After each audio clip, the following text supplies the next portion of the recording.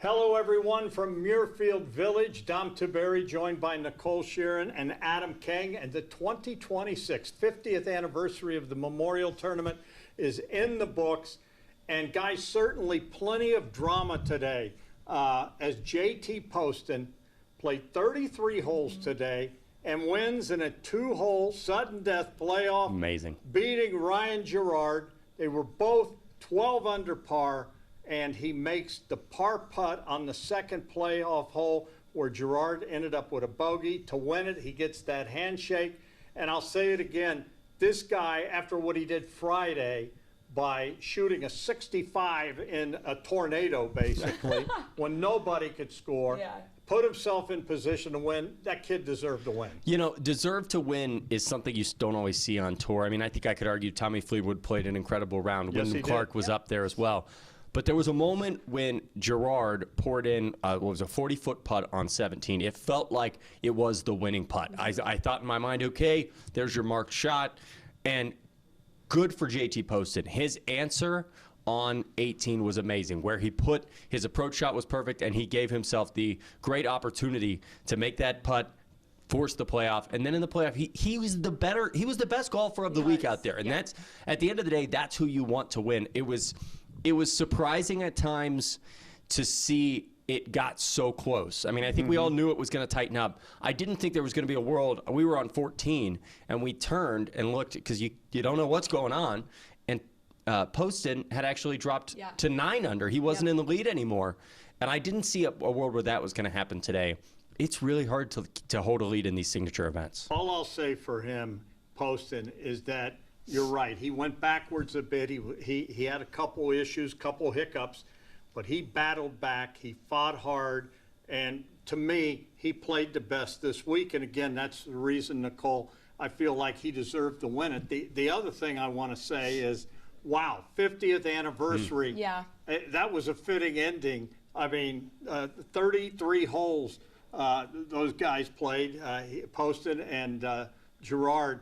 But, you know, Jack Nicklaus, I mean, you know, he was pretty pumped the way it ended. And, wow, it was a fitting tribute to the 50th anniversary. Listen, I'll be the first to admit, and y'all two better admit it as well, there was a point this tournament where I was like, come on, we need some more drama here. We need some more of that. Yeah. We got it. We got it. That's exactly what we got today. And I want to go back to something we talked about last night of these guys being able and prepared to play under pressure. We talked how Gerard and Poston don't have that kind of experience. Poston showed today that he does. He can keep it together under the kind of pressure where you're being chased the entire time. He kind of got a little shaken in his boots a little bit. He was bogeying on the back 9, then he birdied 3 straight. He held it together, and that's the sign of an incredible golfer. So he proved that today. And what I would say, Adam, about this guy, and this golf tournament has been a stepping stone for a lot of people, where you see him all of a sudden, you know, you're not surprised when they win a major. They run this tournament like a major. What that kid did, and I call him a kid, he's what, 32 or whatever, but he's a kid. But am I a kid? Are we kids? Yeah, you all are kids. Okay. You're a kid too, Dom. Yeah, well, in my mind. What he did to win this golf tournament, you know, and now, you know, he was going to have 33 holes today, and had he lost, then he would have had to qualify for the U.S. Open to get in. Can you imagine playing then 36 holes tomorrow? He doesn't have to do that. He is now qualified for the U.S. Open, and I'll tell you what, it will not surprise me if this guy goes on and wins a major now. It's really interesting that you say that, because I was sitting just kind of listening to his press conference with Jack, and someone made a comment that, hey, JT, you know, you said you've been working on a lot of things, and people wouldn't necessarily know that if they didn't follow you every day, but obviously it paid off. And I thought, there is a world where we, in 5 years, 10 years, we look back and we're like, hey, remember when JT Poston won the Memorial and then he kind of went on? Becomes a household name. Yes, 100%. It happens so often. And this is not, you don't win this tournament by luck. You know, there are some tournaments, I don't want to, you know, the John Deere Classic, you might find a way to win, which JT Poston, by the way, did win. You might find a way to luck into a win there, or have the best round at a certain week. But when you're on Jack's course, it is going to challenge you in every way possible. You have to absolutely play the perfect game around here. I also loved, you asked me one of my favorite memories because of the 50th anniversary. I think I have a new one. I was standing on 16, And there were no roars from 15. Yeah. And so Wyndham Clark makes his putt to get to 11 under. And there was no roar. And I thought, how in the world did these guys play 15 and not a single one of them birdie to tie the lead? Well, then they all come walking over, and they ran out of ones because everybody, there were so many 11s on the board. There were 5. There were 5 guys Yeah. at 11 under.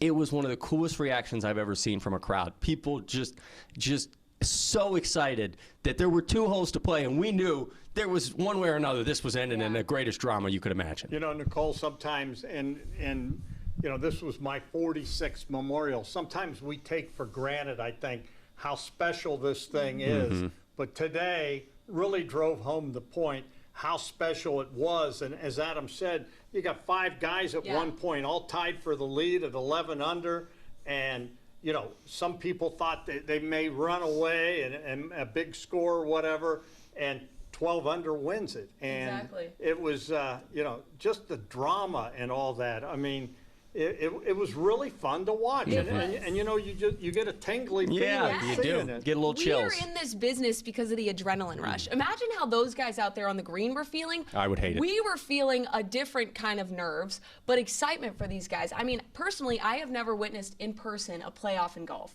That was awesome to witness. I've seen it on TV a million times, but to be there in person, standing right there with thousands of fans, again, like you said, names that nobody really thought were going to be leading to end the tournament, but everybody was so locked in all together at the same moment.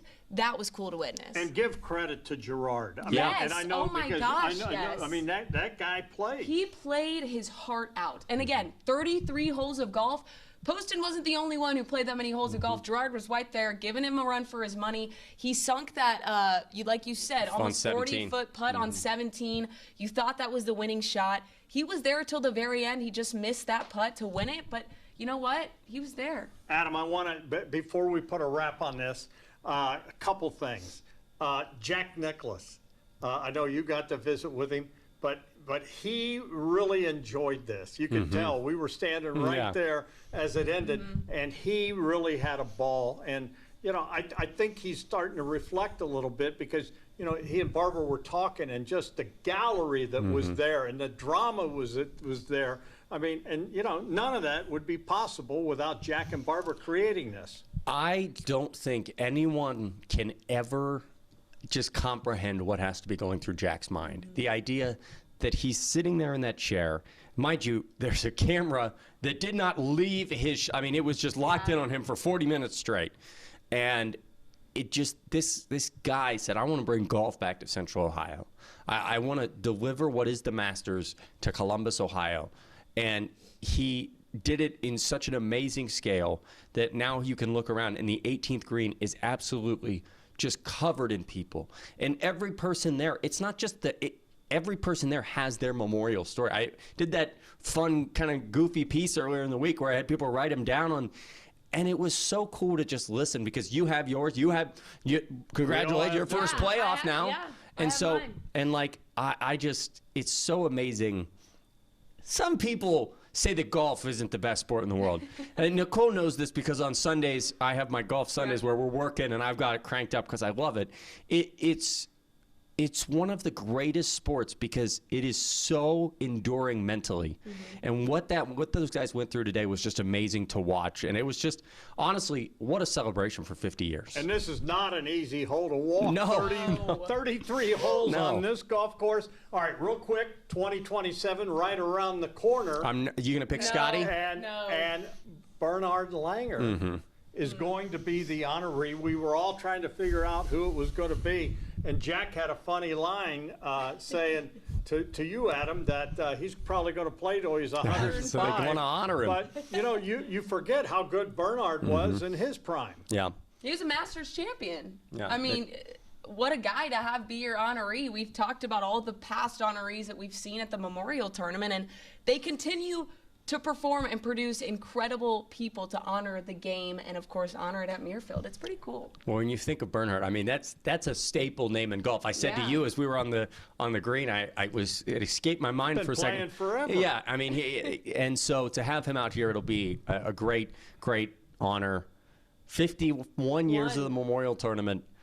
Dom's going to pick Scotty Scheffler again next year. Maybe. I don't know. I may pick JT Poston.